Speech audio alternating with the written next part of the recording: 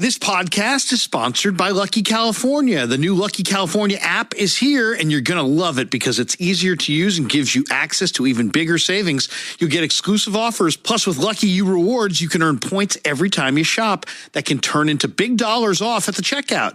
Update and download the new Lucky California app today. Lucky California, the golden state of eating. You are listening to KNBR and KNBR FM San Francisco, the sports leader, a Cumulus media station. Donte Whitner, indeed, is joining us on the UMA guest line. Donte, what's up, man? How you doing? I'm doing great. How you guys doing? Doing great. We are doing fine. We'll get to the quarterback situation in just a second, but I want to start with the Niners DBs and pass interference. What's the deal, and is it easily correctable in terms of them just simply being able to play pass defense without giving up that big spot foul? Yeah, it's easily correctable, but you have to do your work early in the down. And when I say that, I mean corners. It's all about the techniques that you use. It's all about where your eyes are. It's all about your pace and pedal, your knee bend, staying on top of the routes. So a lot of times when they're chasing these guys and they panic when the ball is there, that shows you that you didn't do your work early on in the down. So if they focus on that, and then, when you are in those positions, you're taught certain things. There's protocol. Chase position, you do your best not to interfere with the receiver, and you play through his eyes and his hands. You don't bump into the receivers. You don't grab. You don't panic. You stay poised when the ball is in the air. The only one that I didn't think, I had opportunity was K'Wan Williams. And you have to put some of that on the defensive line. When they vacate some of those interior rush patterns and you allow the quarterback to step up and they turn to panic mode, and then it's an underthrown ball, you have to put that on the entire defense. But for the most part, it's all about technique and within the early parts of the down. It's interesting you mentioned the defensive line, because we were talking yesterday about how it got real thin for the Niners at cornerback once they lost their starters, particularly Jason Verrett. And I was curious if the idea of this Niner defense being led by its line and being led by the pass rush, that even if it doesn't manifest itself in a sack, you're getting pressure, you're getting consistent pressure from the edges, hopefully some up the middle. And because of that pressure, not that anything's easy back there, but it would make it easier for the DBs. Do you think because that relentless pressure hasn't really materialized, do you think that that's kind of really been an overarching problem for this defensive backfield? I think there's three levels to it. I think first and foremost is the defensive coordinator and how you disguise certain coverages and not allow quarterbacks to know where they're going with the ball before they receive it. So if you give him those easy reads, he's going to get easy completions, and he pretty much knows where to go with the football. So if you muddy the reads by the width and the depth of the safeties, you can deter quarterbacks from throwing to that backside, that number one receiver. It'll take a time for him to, determine if it's single high coverage. Quarterbacks are taught. Safety in the middle of the field, throw the ball to the single receiver side. If you muddy up those reads, you allow the defensive line to get home, but then they have to rush together in unison. They can't go AWOL. You have to rush together, and when you rush together, it restricts those lanes. They can't step up. They can't throw the ball, and hoping for a PI. So it all goes together. It's the defensive coordinator with the call in the disguise and what you're teaching the players. It's the defensive line restricting the lanes, getting home, not going AWOL. And then it's the defensive backs, formulating the plan, executing the plan, disguising, and not panicking when the ball is in the air. So it's all three levels. Gotcha. When you played for the Niners, I thought Ed Donatel was as good a DB coach as you're going to find. He had a ton of experience. I'm not saying that Corey Undlin is not doing the job, but, man, the Niners have given up 250 PI yards in 6 games, and their corners are just playing with so little poise and so little understanding, just wrapping guys up. I mean, give yourself a chance. If you wrap a guy up, there's no chance. But the most offensive play of the game in this last game, to me, was the Dre Kirkpatrick play where he's filling in for Emmanuel Mosley. He's in a phenomenal spot to make a play on the football. He's got full sight of the ball. And then I don't know what happened. The effort wasn't there. The intensity wasn't there. He made no play on the football at all, and he just allowed the play to happen right in front of him. What did you think of that particular play, and just overall, what do you think of the Niner cornerback play this year? Well, he looked like a deer in the headlights. He looked like he had every intention on going up and making a play, but he allowed the receiver to go up in front of him and do that. And you can get caught in that position sometimes, coming off the bench, being cold, not really being in tune with the game or in the flow of the game. But there's no excuse for the amount of effort that he put in on there. He didn't give much effort, and it was an easy touchdown walk-off. I don't think that the level of production at the cornerback position has been what the 49ers expected. Yeah, you expected some drop-off, but this is a tremendous drop-off in what they're seeing in the secondary, and then even in particular Josh Norman. You expect guys to come in, be a veteran. He's had success in the past. Penalties happen. Getting beat happens. But there were certain times where, his eyes was in the backfield, in particular the route that was on the goal line when they just gave up the easy touchdown. There's no way that you're supposed to be looking in the backfield, running in the backfield, and your man is running wide open for a touchdown. So I do understand that there was a lot of excuses made after the game, talking about the coverages and how the league has changed. Nothing has changed drastically over the last few years. What it starts with is technique. It starts with knee bend. It starts with fundamentals, and that's not what they're getting at the cornerback position right now. We've talked a lot about Brandon Aiyuk and trying to get him involved in the game, and I'm wondering if we're looking at the wrong spot, because we've talked about him and we've talked about Shanahan. What about Garoppolo? Does he look for anybody else other than Deebo Samuel? I mean, when he threw that pick, who was it? Sanu was running right down the middle of the field. It's like, dude, why would you throw to a guy with three guys on him? And I thought, you know what? Maybe Aiyuk actually is open because he caught a couple balls when Trey Lance was quarterbacking, not Jimmy. Are we looking in the wrong spot here? Is Jimmy only looking for Deebo Samuel and nobody else? He's only looking for Deebo Samuel, and you better believe that the defense understands that. When you lead the team and significantly in targets, the defense is going to key in on that. That was what happened on that touchdown, on that interception throw to Xavier Rhodes. And the design of the play, when you get a single high safety versus that coverage, it tells you to go to the X, which is Deebo Samuel to the left. Mm-hmm. If you're going to move the safety and you want to hit that seam to the front side, Sanu running up the middle that you just referred to, what you do for a quarterback is you get to your drop, you look at the X with mannerisms, with your shoulders, with your eyes, you move the safety over to the X, and then you almost flash back and you hit that seam right down the middle. If you move the safety enough, you'll give the receiver enough time to catch the ball, maneuver, make a move, and he could possibly make a touchdown run off of that. Mm-hmm. But with Jimmy Garoppolo panicking in these situations, no pressure in his face, he's forcing the ball to Deebo Samuel on the backside. You have 3-4 defenders around there. They pick it off and nearly run it back for a touchdown.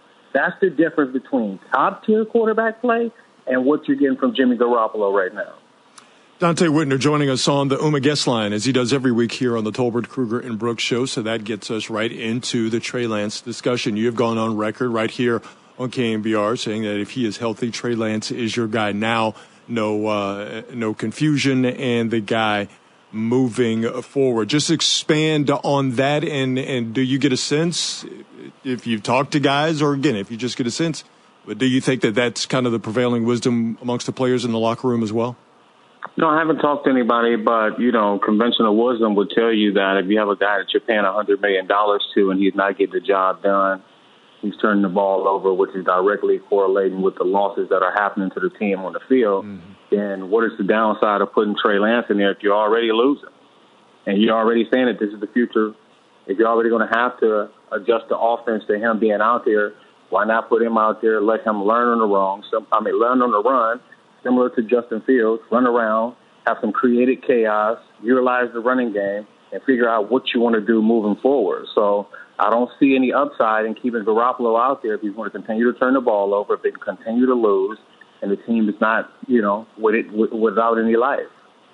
I agree with you. I don't see it the same way Shanahan sees it. It seems like Shanahan seems to correlate playing Trey Lance with giving up on the year. I don't see it that way at all. Let me ask you this. What is, in your opinion, we've watched a lot of Jimmy Garoppolo. What is his biggest weakness? Because to me, if there's one thing that I would say is what I view as his biggest weakness is he doesn't see the field, pretty consistently, or I should say he's very inconsistent at seeing the field. One play he'll see the field, the next play he won't see the field. We saw some guys wide open. Mohamed Sanu was wide open in the middle of the field on that play that you just described that went to Deebo Samuel. When you see Jimmy and break him down, what do you see as his primary weakness? Well, every coverage has a weakness to it, and being a quarterback, you're supposed to know those weaknesses. Even in man zone, you know the weaknesses of the coverage. You know what you have to do to buy time. You know what you have to do to make big plays and to, connect with the receivers downfield and time it. And when I see Garoppolo, when he gets in the pocket, he understands the coverage, but he doesn't understand how to manipulate coverages, how to manipulate zones, the underneath, the deep, how to make guys bite on certain routes because you want to fit the ball there somewhere else. That's the next level to quarterback play. Anybody can tell you, hey, this is the coverage, let's throw it here. But, okay, how do you maneuver and manipulate those underneath guys or those safeties that's sitting on those inside routes? How do you manipulate them to stop their feet to throw the ball where you want to? And that's what I think his weakness is. And I've seen it earlier in the season. Earlier when he threw that deep interception when he was trying to attempt to throw a ball to George Kittle, and he didn't manipulate the underneath coverage of the Green Bay Packers backside, I was like, oh, okay, that's the weakness with Jimmy. He knows to go where initially, but he doesn't know how to manipulate the coverages with his eyes and mannerisms. Do you own or rent your home? Sure you do, and I'll bet it can be hard work. You know what's easy? Bundling policies with Geico. Geico makes it easy to bundle your homeowner's or renter's insurance along with your auto policy. It's a good thing, too, because you already have so much to do around your home.